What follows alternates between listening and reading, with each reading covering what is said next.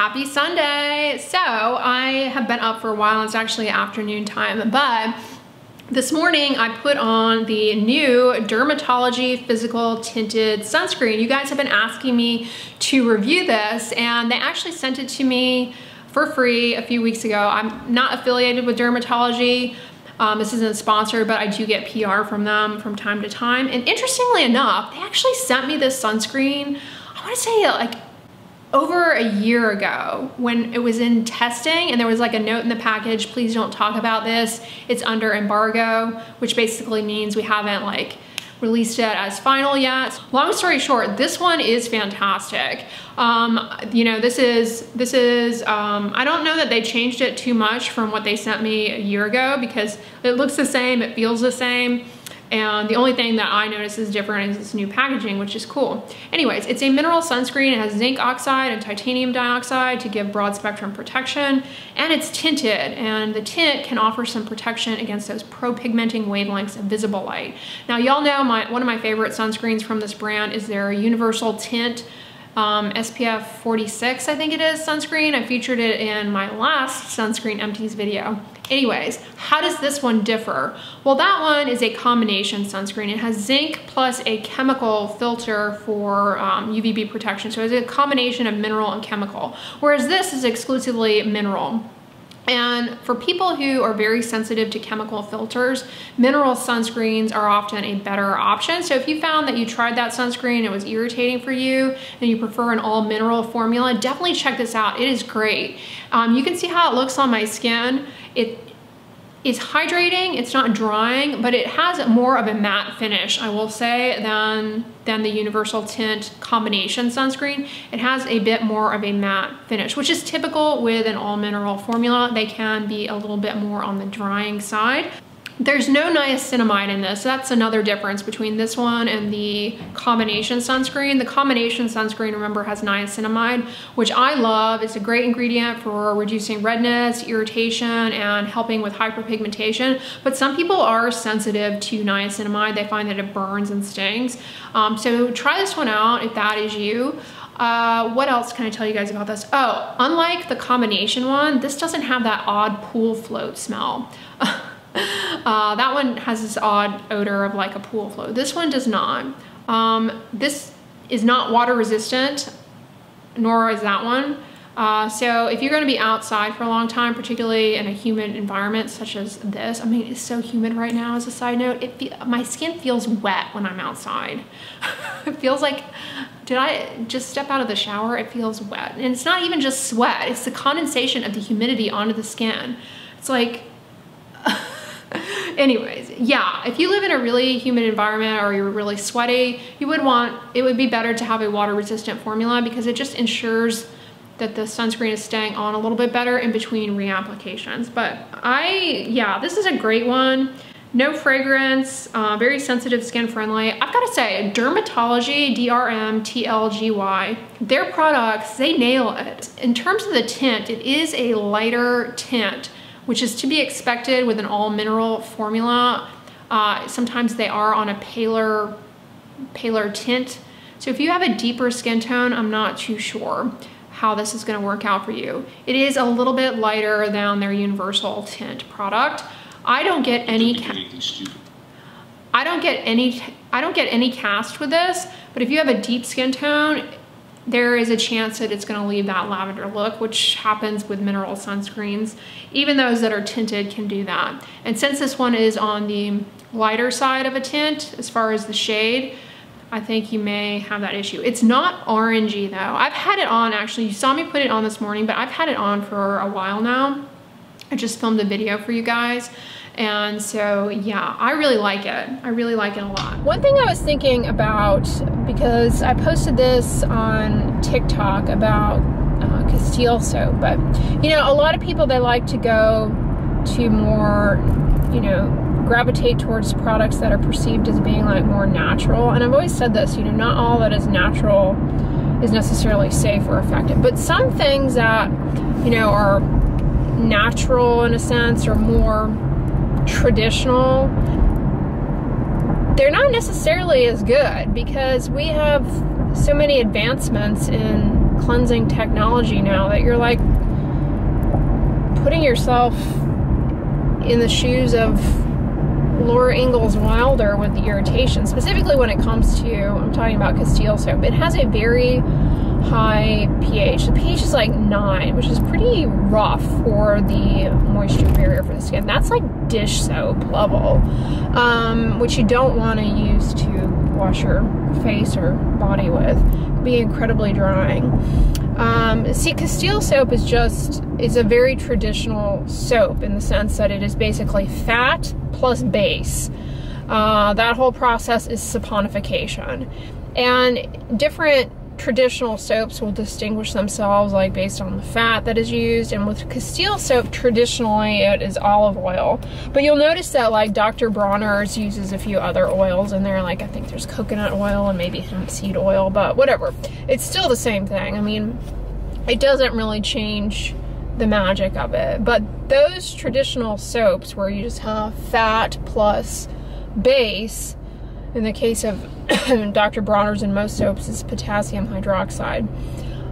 The pH is very, very harsh, and it really can strip away your moisture barrier. See, modern synthetic Syndent cleansers and Syndent bars, synthetic detergents, they use like sulfates as surfactants. They have secondary surfactants to kind of act as, give foam, but also be conditioning.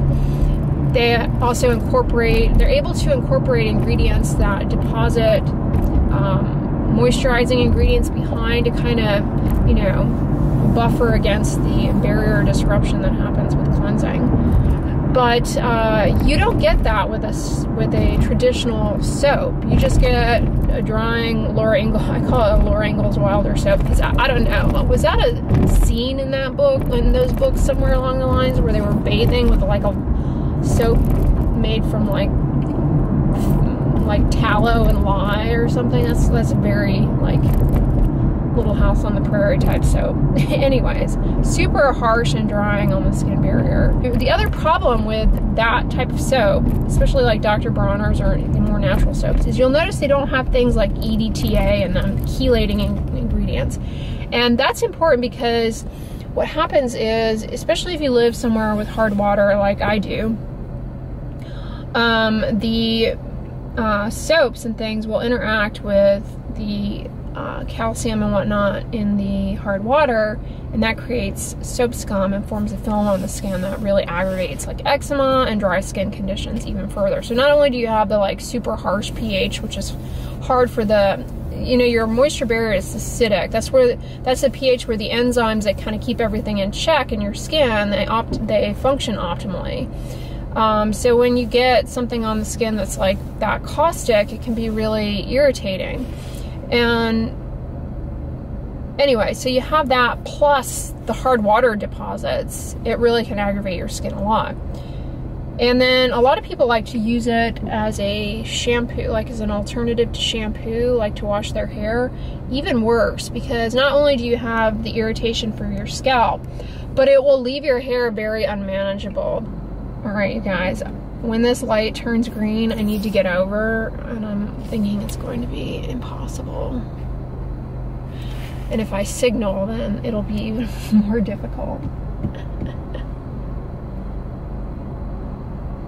I just fired up a new Audible book. Now that I do the monthly favorites, I feel like I should hold out and tell you what the book is that I'm reading or listening to until the end of the month, because then I feel like, I don't know, I'm already giving you my opinion and then I spoil the favorites. I don't know. I think I'm overthinking that.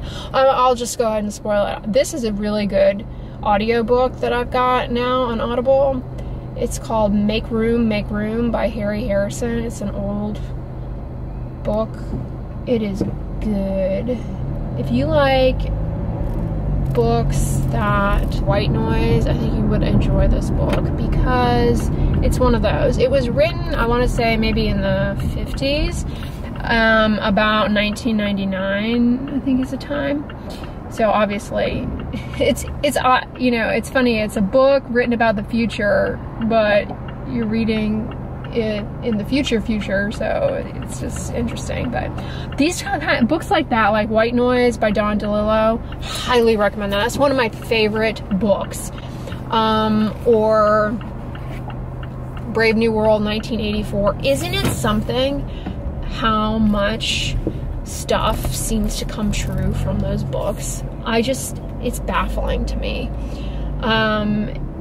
Yeah, it definitely is baffling.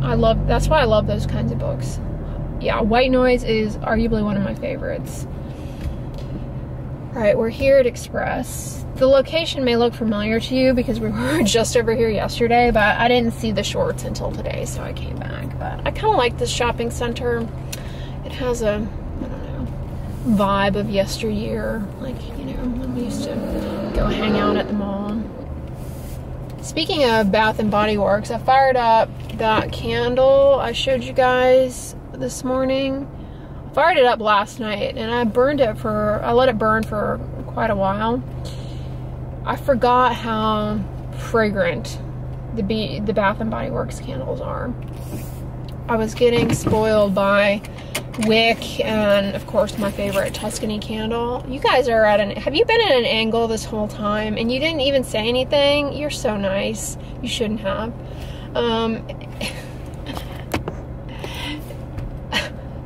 Anyways, the Bath and Body Works non-food scents are very perfumey. I had forgotten about that. And this particular scent is the one that I told you yesterday I felt like, at least on whiff, smelled like toasted coconut. And I do kind of get that with the candle, but it's just very strong. And I trim the wicks. That makes a huge difference with the Bath and Body Works candles, because if you don't trim those wicks, this like black soot becomes very intense around the rim with those, and then they don't necessarily burn very evenly. But you have to be like really, I don't know, they're kind of fickle, the wick trimming those wicks as opposed to other candles. Anyways, I'm here.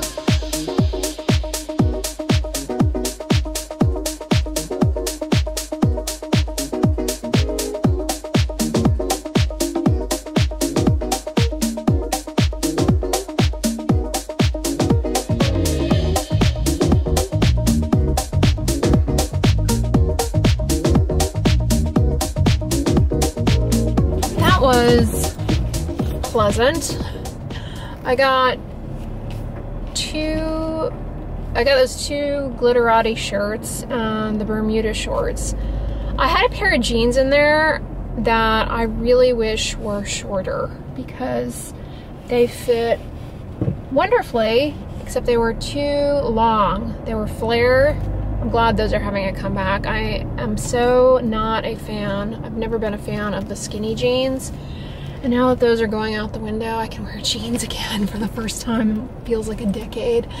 I don't know. There's nothing, I feel like skinny jeans, they look fine on other people and I like the way they look, but they do not flatter my leg shape whatsoever. Flare jeans, on the other hand, I love because they look good on me.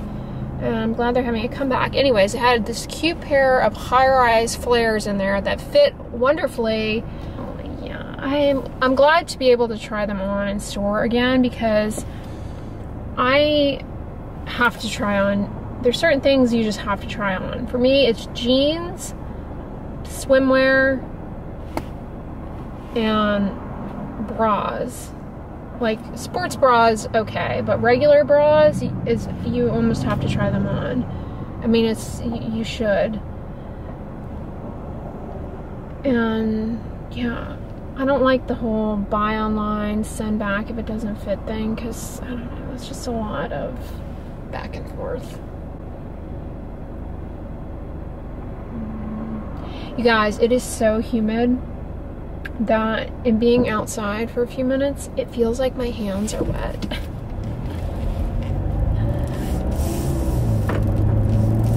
I put hand sanitizer on when I got in the car, but just like whenever I'm outside, I feel like I've got moisture on my hands. It's that humid. I'm gonna stop by a whole paycheck because I want more of that. Kite Hill Greek yogurt. I am hooked on that stuff. It is gooder. If you like Greek yogurt but need to be dairy free, I definitely recommend that. It's good stuff. It's nice and thick. Although I have to say, I have developed a taste for non-dairy, like almond milk types things. So if you're going in your brain thinking it's going to be like Greek yogurt, you're be in for a shocker. You know, that kind of reminds me of that scene in, what is it, the Santa Claus, where she gives him soy milk and he's like,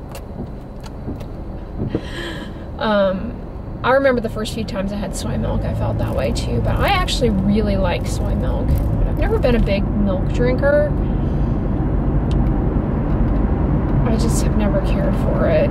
And when I was growing up back in the day, but it was like a must that you drank your milk as a child. And it was like, oh God, what do I have to do to get through this? Well, hey guys, I'm back. I went on a run. I just did some stretching. I got this Mahler ball. It's supposed to be like a massaging ball. I'm a little intimidated by it. I'm gonna try and use it to massage my upper back.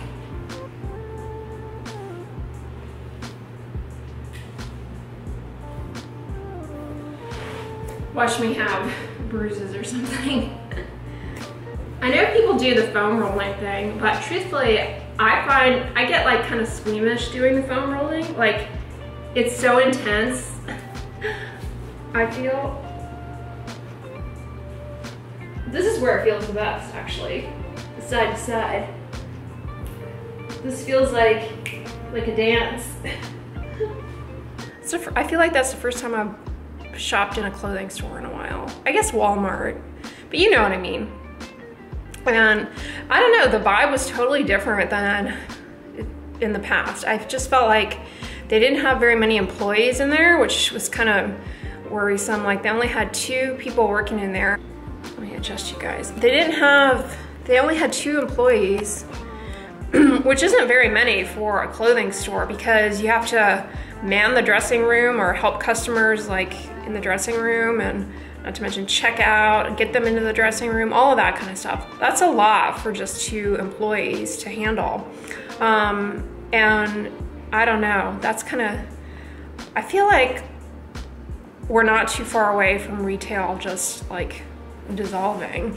And the people they had the 2 women they had working in there, I felt bad for them, but they seemed like they were not happy. Like, they were just burnt out, so I felt bad for them. I mean, it's a lot, and I'm sure they're not compensated very well. You know, I don't know, do they still work on commission? Hopefully they got some commission, but yeah, I mean, I remember it's just totally different. Like, back in the day, you used to go into a mall and they'd have a ton of employees everywhere, and it'd almost be like they had an employee per shopper that would like follow you around, ask you if they could like get a room started for you, put your clothes in the room, in the dressing room while you shopped, to encourage you to pick more things.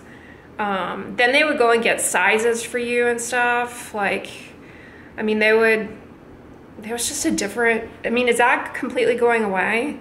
You know where I need to go to see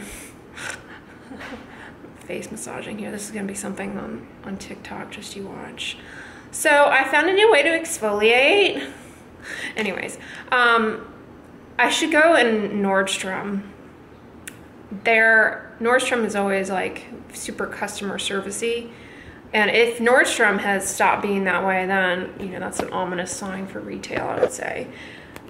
Speaking of Nordstrom, isn't that sale coming up? Are you guys gonna hit it up? They usually have good stuff. But again, I typically shop online. Like, obviously I didn't go in store last year. I don't think I did like the year before. And I don't know, there wasn't much that year that I was interested in, but I may hit up they always have good deals on activewear in the Nordstrom anniversary sale, so I may get some more activewear. Anyways, guys, I'm gonna wrap up the vlog here. Thank you so much for coming along with me. I hope you had a great weekend and you have a relaxing evening. If you like this video, give it a thumbs up, share it with your friends, and as always, don't forget, sunscreen and subscribe. I'll talk to you guys tomorrow. Bye.